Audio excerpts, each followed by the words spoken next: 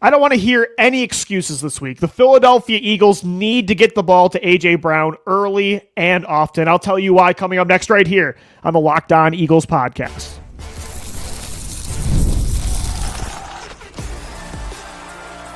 You are Locked On Eagles, your daily Philadelphia Eagles podcast. Part of the Locked On Podcast Network, your team every day. Thanks so much for making Locked On Eagles your first listen each and every day. Welcome in, Eagles fans, to this Friday edition of the show. I'm your host, Louie DiBiase, and this episode is brought to you by Mazda. Like our players, we sweat every detail because when you make every move count, pulling off the unexpected is only the beginning. Stay tuned later for highlights in this week's Moving the Game Forward. Mazda, move and be moved. The Philadelphia Eagles take on the Kansas City Chiefs in Arrowhead this Sunday for a rematch of the Super Bowl 59 butt-whooping. 40-6 was the final score. I don't care what the actual final score says. The Eagles won that game 40-6 when they pulled the starters. It was a 34-point blowout in the Super Bowl. The Chiefs trying to get, I'm not going to say revenge on Sunday, but they're trying to get back at the Eagles here and get back into the win column and avoid an 0-2 start. Before I get into today's episode, just a little PSA. This game is not a revenge game. Like, if you win a regular season game after losing to a team in a big playoff matchup, whether it's a wild card matchup or the divisional round, the NFC Championship or the AFC Championship, the Super Bowl, if you then beat that team that you lost to in the playoffs in the following regular season, like, that's not a revenge game. And I'm not trying to set up any excuses if the Eagles lose this game against Kansas City. But, like, when the Eagles defeated Kansas City in Arrowhead during the 2023 regular season, that wasn't revenge. Like, yeah, you wanted to know that you could beat them and get it done. Like, that game really did a lot for people's psyche, I think. In a fourth quarter, one-score game, you know the Eagles could close it because they weren't able to in Super Bowl 57. So it was a confidence booster to beat them on the road like that in that kind of environment and to kind of finish what you started in that Super Bowl. But it's not the same. It's not revenge.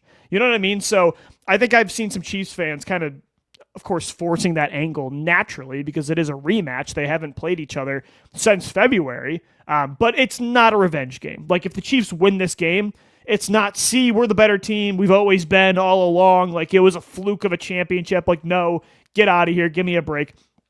These are two completely different football teams. Yeah, a lot of the same core is intact, but the Eagles roster is not the same. The Chiefs roster is not the same. Kansas City, in fact, is pretty banged up right now, especially on the offensive side of the football. And the Eagles kind of are too. Dallas Goedert is not playing in this game, and it's all the more reason that they need to force feed A.J. Brown when they do throw the football, and they need to do it early and often. And I don't want to hear the excuses that we heard last week. And now, I don't want to say they're just like weightless excuses that don't have any substance to them. When you talk about A.J. Brown not being healthy, I agree with that. I know A.J. said in a podcast interview a couple days ago that he wasn't injured. I don't agree with that. We all know he was dealing with a hamstring injury for weeks in August, and his game status was never really in serious jeopardy against Dallas, but we knew he wasn't at 100%. And if you watch the tape, either he was hurt or he really wasn't trying all that well because he was not getting separation. The Dallas Cowboys also did a really good job of bracketing him. It feels like they had a corner pressing him at the line of scrimmage and having a safety shadowing him over top 24/7. So, like, those aren't just excuses. Those are real things that happened in that game that limited AJ. Plus, the Eagles were pretty conservative in the second half running the football. Nobody was really getting open for Jalen Hurts. Like, these are all facts.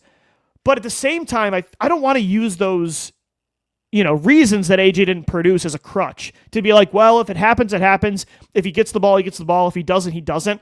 Like, those things are true, but I won't accept those as reasons AJ doesn't touch the football once until the final drive. Like, I think there's a middle ground. Obviously, you don't force the issue if a team is playing you like that again, where their number one focus, it feels like, is to stop number 11. You don't just force feed him. You take what a defense is giving you and don't try to press the issue, or else you'll run into mistakes that way. But there's a middle ground between that and just saying, well, they're doing a really good job of stopping A.J. Brown. Oh, well, we're just not going to use our best player potentially on offense or top two number one in the passing game, and we're just going to go in other directions and not even try to get him open. I just feel like the Eagles this week need to do a much better job of, if the Chiefs play him the same way that Kansas City did, they need to do a better job of saying, we're not just going to completely go away from AJ in the passing game. We're not just going to completely now move on and accept that loss. Like, I don't want to just take that L. I want to see Kevin Patullo try to scheme him open. Like, yeah, Dallas did an amazing job of taking A.J. Brown out of that game. Yeah, he's not 100%, but he's going to be a week healthier. And if they do that again, like, let's get the quick passing game open. Like, it seemed like they were doing that for DeVonta Smith, who didn't have a great game either. In the second half, there were a couple design plays for DeVonta to even behind the line of scrimmage or a 3-4 yard quick passing play just to get him involved. It felt like they were doing that for DeVonta Smith last week, but not A.J. Brown. And again, maybe that has to do with injuries, but this week, I want to see them just make an emphasis, really place an emphasis on getting A.J. Brown going early, keeping him engaged in this football game, letting Kansas City know you can't just take him out. Like, you will have to respect that still, because if you don't, obviously the bread and butter of this offense is going to be running with Jalen Hurts and Saquon Barkley. And obviously that's their superpower. But if you don't show any sort of threat to push the ball vertically consistently, if you don't show any sort of care in or like ability to get A.J. Brown involved, regardless of what the defense is doing, then they're going to do what the Dallas Cowboys did in the second half in the fourth quarter, where they just completely stacked the box and limit Saquon Barkley. Like, that's what Dallas did a really good job of. So I want to see Kevin Patullo do things pre-snap. I want to see him do maybe some pre-snap motion with A.J. Brown, reduce splits, maybe put Brown in the slot at times. Get the quick pass game going for him like you did DeVonta Smith last week. Maybe you dial up some screens. I want to see A.J. Brown get the football more, naturally. And of course, there will be games with all the weapons in Philadelphia, and depending on the way the game script is going, that, yeah, he's not as involved as he is in other games. But again, there's a middle ground between force-feeding him 15 targets in this matchup or what happened against Dallas happens again. Like, there's a middle ground between force-feeding him and not giving him the football until the final drive of the game. I'm not saying the Eagles failed miserably at that, because there were factors that were out of their control, like Dallas's incredible coverage and Brown's health. But it's a week later. I really want to see A.J. Brown get involved, because it's not just because I'm a little bit nervous about how he's going to feel eventually this year if his role continues to be inconsistent like it was last year. Like, if they continue to be the dead last or at the bottom tier of the NFL in passing attempts, I do wonder how long he's willing to put up with that or be okay with that kind of role, even in winning seasons, championship seasons. It's not just because of that, but when A.J. Brown gets the football, it's going to push the defense back, and then you can get back to doing what you do best, running with light boxes with Jalen Hurts and Saquon Barkley. But if you show no ability to scheme your receivers open, like, yeah, DeVonta and AJ don't need a lot of help. They're two of the top 10 receivers in football, in my opinion. You can make the argument they're two top 5, top 7 players of their position from a caliber of play perspective. So they don't need a lot of help, but it would be nice to see the offensive coordinator, the play caller, make it a little bit easier on these guys. I think that's something I've always been frustrated with in Philadelphia, especially the last few years, is yeah, man, this is clearly a player-driven offense, a personnel-driven offense. It's not a super complex system, whether it's Kellen Moore calling plays or Brian Johnson or Shane Steichen or Kevin Patullo or Nick Sirianni. It's kind of been the same with Jalen Hurts. It's not super complex. They have so much talent, they don't really need to be complicated. But I would like to see the coaches sometimes elevate the players as much as the players elevate the coaches. So I'm really watching AJ in this matchup. I do think it's going to be kind of like what we saw in 2022 when DeVonta and Nick Sirianni alluded to the same kind of situation in a press conference last week, when in that week 1 matchup against Detroit, DeVonta Smith did not touch the football. Very early in that game against Minnesota, they made sure to get Smitty the ball. I think he had 7 or 8 catches in that game. They put him in the slot and said, we're going to you early because you didn't get to touch the football last week, and you have to make sure these guys stay engaged, and you need to make sure the defense knows they're still a threat. So I think you're going to see that same kind of treatment with A.J. Brown early in the game. Get him the ball quickly in his hands, let him do damage, run after the catch ability, put him in the slot. I think A.J. Brown's going to have a big game against Kansas City, and I'm putting my money where my mouth is. We'll do LOE 3 later on in the show, and A.J. Brown will certainly be involved. But before we get into LOE 3 presented by FanDuel, I've got some more. I know Howie Roseman's made 5 trades in a month. I've got 2 more trade ideas that could continue to improve this roster. I'll tell you what they are coming up next right here on the Locked On Eagles podcast. Today's episode of the Locked On Eagles podcast is brought to you by DoorDash. It's almost the weekend. Time to look back and crown this week's MVP on Who Delivered, powered by DoorDash. Just like you can win every Saturday with DoorDash Streaks, saving more every time you order. This player delivered when it mattered most for the Philadelphia Eagles last week. Let's break it down. It was Josh Uche, the first-time Philadelphia Eagle edge rusher that last year was a healthy scratch for the Kansas City Chiefs in the Super Bowl. Well, he followed up a down year with one of the best games of his career. He had the highest pass rush win rate of anybody in the NFL in week 1. Didn't have a sack, but he consistently got to Dak Prescott. And if he's going to do that as the 3rd or 4th fastball edge rusher in the Eagles rotation, they're not going to miss Josh Sweat or Brandon Graham at all. Josh Uche was very effective in that football game. He delivered in a big way.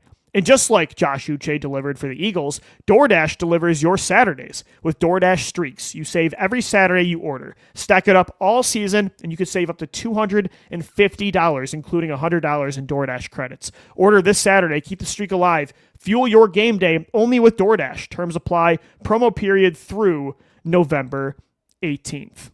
And guys, today's show, we are also sponsored by FanDuel, which of course is America's #1 sportsbook. I've been winning a lot of money through FanDuel for the Philadelphia Eagles bets I've been making on LOE 3 and also just through the NFL through a week and a half. Been cooking so far. The NFL season's here. FanDuel's making sure you're ready for kickoff with a can't-miss offer. Right now, new customers can bet just $5, and if your bet wins, you'll get $300 back in bonus bets to use across the app. And they can do whatever you want. Player props, building a same-game parlay, or even jumping in live as the action unfolds. I've got 3 Eagles-Chiefs player props for you later on in the show from FanDuel, so stay tuned. Get ready to play. Download the FanDuel app now by visiting FanDuel.com to get started. That's FanDuel.com to place your first $5 bet. Thanks as always for making Locked On Eagles your first listen each and every day.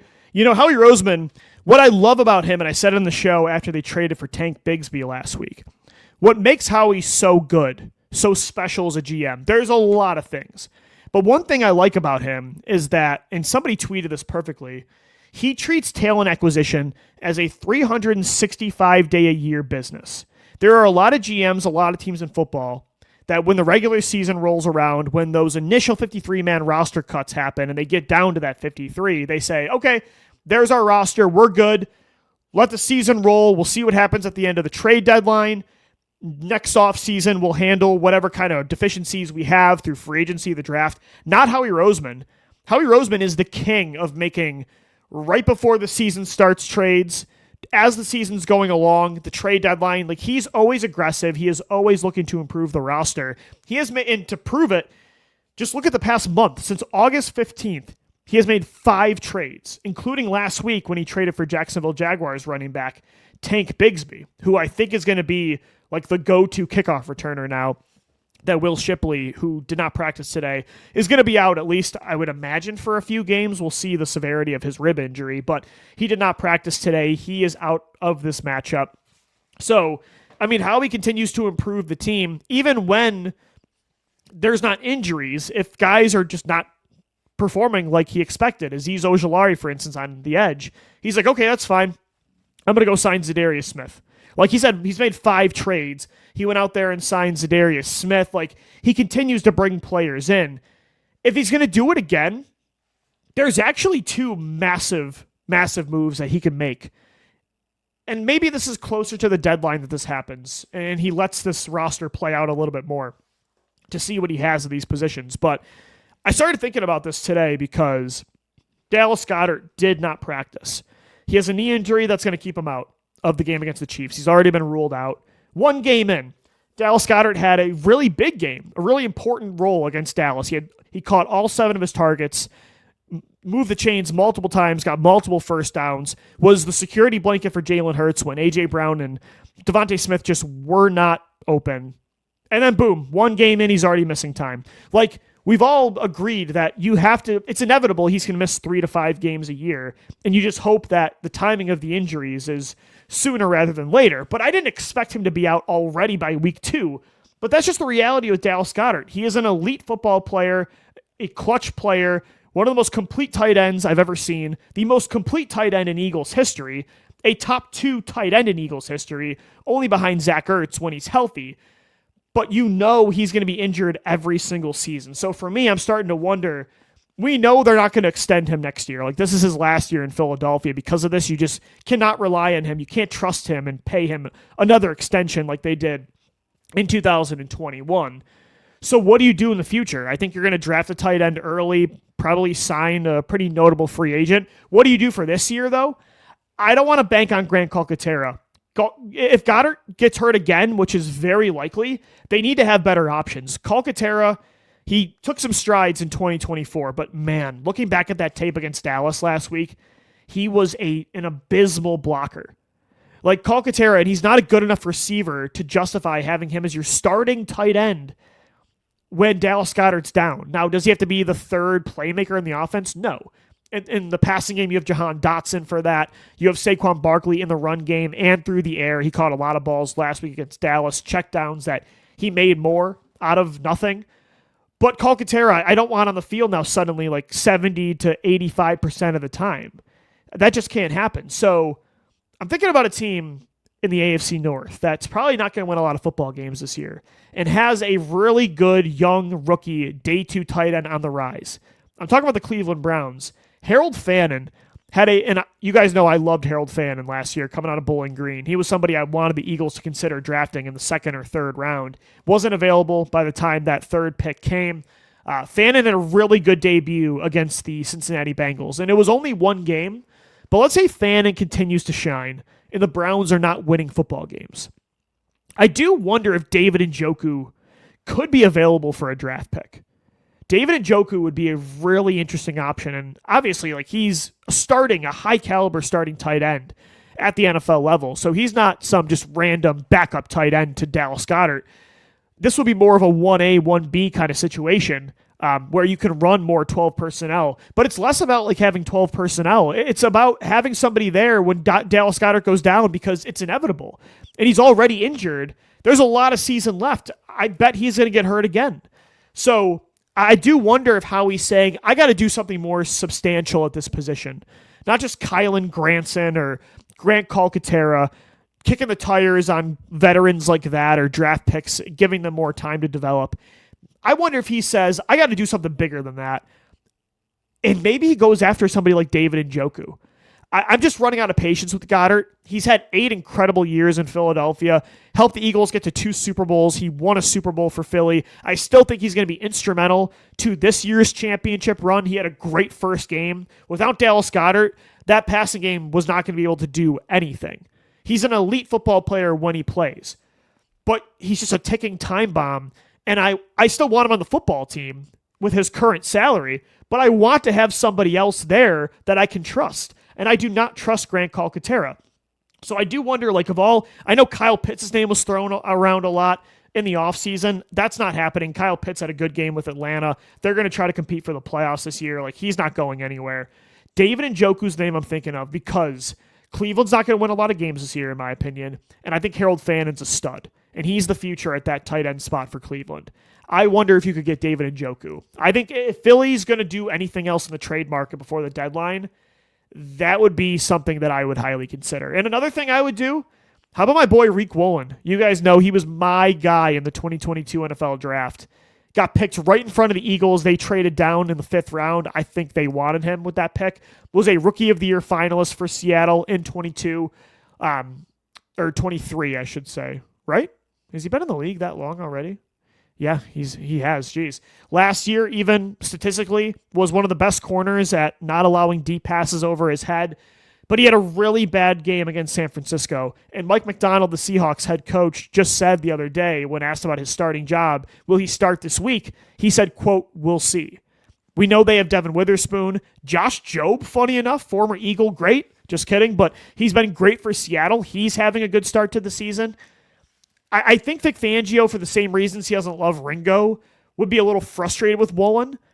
But that's my dream cornerback acquisition for the Eagles is how do we get Reek Woolen and Midnight Green? Those are the two trades I'm thinking of because I'm nervous. Adoree Jackson is going to be starting yet again against Kansas City. I'm nervous Patrick Mahomes is going to pick him apart. Those are the two spots that I'm thinking of. With Dallas Goedert out, I want another tight end. I'm thinking David Njoku. At corner, if they're going to do something substantial, Reek Woolen would be my idea. I think those are the two guys I would want Howie to target the most right now. Just ideas, just thoughts. We're in the middle of the season. Don't know how many more trades and acquisitions Howie's going to make, but the deadline still isn't for a while. I think you still need to improve the roster at those two spots.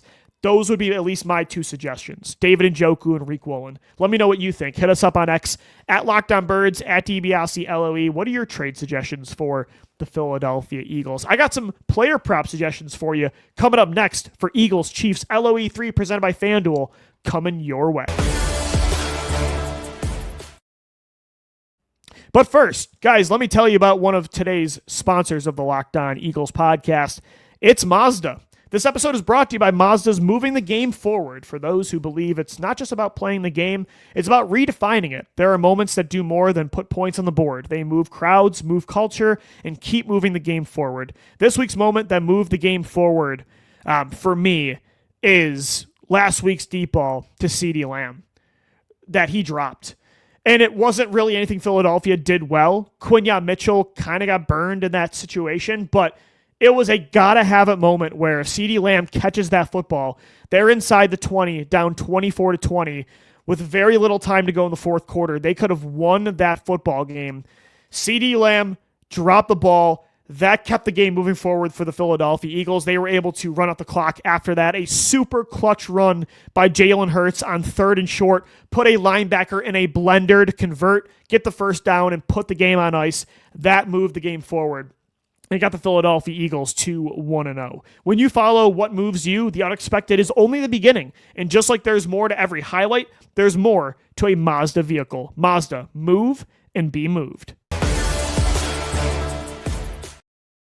Time now for LOE 3, presented by FanDuel, where I pick 3 player prop bets to take for the upcoming Eagles matchup this week. It's against the Kansas City Chiefs, a rematch of Super Bowl, not only 59, but 57. Like I said on the show the other day, Eagles Chiefs, I almost said Eagles Cavs, is becoming Cavs Warriors of the NBA for the NFL, where it's the biggest out-of-conference rivalry they've had since, like Steelers Cowboys in the 70s and the 90s? Like, I don't know, when else has this kind of been a thing where two out-of-conference rivals have played in multiple championships? Maybe Patriots-Giants, I guess, kind of. Brady versus Eli. That's probably the closest thing, right? I would imagine. I mean, the 49ers have played the Chiefs in 2 Super Bowls as well, and the Chiefs have beat them both times. But that's why I wouldn't say it's as big of a rivalry, because San Francisco hasn't beaten Kansas City like Philadelphia has. But I digress. Let's get into 3 player prop bets. I do want to apologize. I did go 0-3 last week. I failed you. Jalen Hurts did not have over 225 passing yards.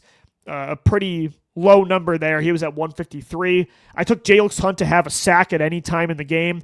He was a half a second away from getting a strip sack in the first quarter. I thought I had that.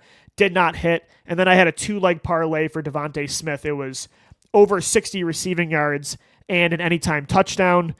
As we know, he only had 3 catches for 16 yards. I promise I'll get back on the board this week. I'll do you right. Here are 3 bets for Eagles Chiefs. I'm going back to the 2-leg parlay for an Eagles receiver. I'm putting my money where my mouth is. They are going to get A.J. Brown going early and often. I have a 2-leg parlay where he has at least 5 receptions in this game, and he's going to have his over-under right now at receiving yards is 73.5. I'm going to take the over on 5 receptions and 73.5 receiving yards. That's at right now on FanDuel. Those odds are -101. My second bet for LOE 3 for week 2, presented by FanDuel. Jalen Hurts is going to have over 1.5 passing touchdowns. In each game that Jalen has played Kansas City, he's balled out. He is completely, against Spags' defense, like Jalen has his number. Let me read off some of these stats. In 4 games against Spagnuolo in Kansas City since 2021, Jalen Hurts, 2 wins, 69.2% completion percentage, averaging 265.5 yards per game passing. He averages 8.2 yards passing yards per attempt. He has an 11-3 touchdown to turnover ratio. Jalen has Spags' number. It feels like every time Spags thinks he has Jalen figured out, Hurts beats him. Even going back to that first start against Mahomes, Spags, and the Chiefs in 2021, Jalen Hurts put up over, 350 passing yards and multiple touchdowns and had a really good game and a loss. But his first year as a starter, one of Jalen's best games as a passer, as a complete player that season, was against Kansas City. So he had 2 passing touchdowns in the Super Bowl 59. He had multiple passing touchdowns in Super Bowl 57.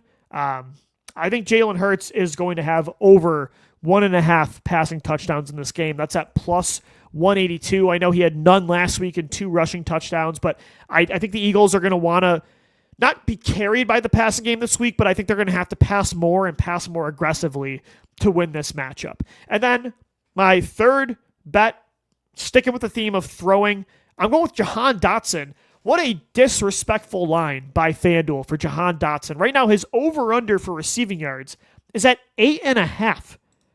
8.5 receiving yards for Jahan Dotson. He had 2 catches for 51 yards last week.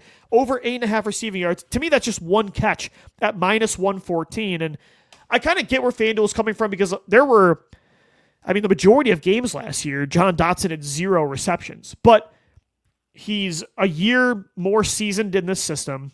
Jalen Hurts clearly trusts him now. That deep ball was chef's kiss, perfect. A 50-yard bomb down the middle of the football field. Dallas Goedert's not playing in this game. 8.5 receiving yards. I think he's going to hit that. He's going to have a couple catches in this football game, and I'd imagine they go for at least 9 yards. So I think for me, I'm going with the passing game this week. We'll see what happens with that. Hopefully I don't regret it, but I want to believe. I'm kind of picking with my heart this week. A.J. Brown, 2-leg parlay, over 5 receptions, over 73.5 receiving yards at minus 101. Jalen Hurts over 1.5 passing touchdowns at plus 182. And then Jahan Dotson over 8.5 receiving yards. Get out of here with that. I was 0-3 last week. I do apologize, but I've had a winning record every single year, so you can trust me. I'll get back on the board this week against Kansas City. And hopefully the Eagles yet again beat the Kansas City Chiefs for the 3rd time in a row to get to 2-0 on the season. Either way, we'll break it all down in our post-game show right after the game, and then we have our live squad show as well, our live postcast show. Myself, Jason Martias, and Harry Mays going live for an hour after my own 30-minute post-game show. So subscribe to Locked On Eagles on YouTube and wherever you get the show in audio form as well. Until Sunday, thank you so much for making Locked On Eagles your first listen each and every day. Thanks as always for downloading, watching, and listening, and let's go Birds. Fly, Eagles, fly.